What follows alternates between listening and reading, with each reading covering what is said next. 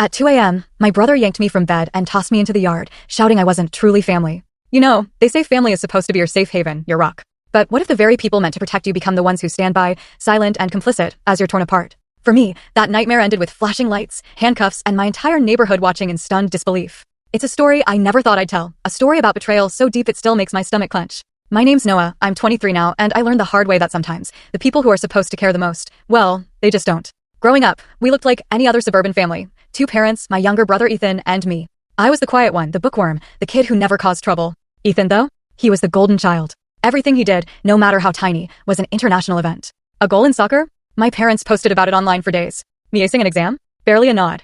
If Ethan forgot chores, it was, oh, he's tired. If I forgot, I was lazy, ungrateful, irresponsible. At first, I thought it was just normal sibling stuff, you know? But pretty quickly, I realized this wasn't rivalry. It was blatant favoritism, and the older we got, the uglier it became. By high school, Ethan had mastered the art of being a total monster when no one else was looking. He'd shove me into walls, mock me in front of his friends, call me the spare, or the accident. If I ever tried to tell my parents, they'd just shake their heads. Boys will be boys, my dad would chuckle. Or worse, you probably provoked him, Noah. My mom would just sigh and tell me to stop making waves. I learned fast, if it was me versus Ethan, I was on my own. Always. Then came that night. The night everything cracked. I'd been up late finishing freelance work, and it was around 2 a.m. when I felt hands grab me hard. Before I was even fully awake, I was yanked out of bed, my arm twisting. Get up, loser, Ethan hissed. I stumbled, half asleep, heart pounding as he dragged me toward the back door, his grip bruising. What are you doing? I croaked, my voice thick with sleep. You don't belong here, he spat, shoving me. You're not real family. Mom and Dad don't even want you here.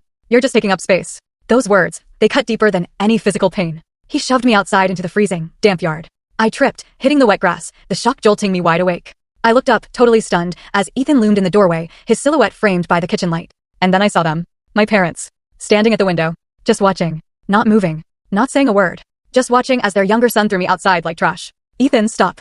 I called out, my voice cracking, hoping, praying, that this would be the moment they'd finally step in. But my father just folded his arms. My mother turned her face away. Ethan sneered, his voice dripping with triumph. See? They don't care. They never did. You're nothing here, Noah. Nothing. He slammed the door shut, the lock clicking into place. I sat there in the wet grass, shivering, staring at the darkened window.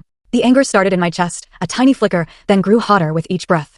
My whole life, I'd been patient.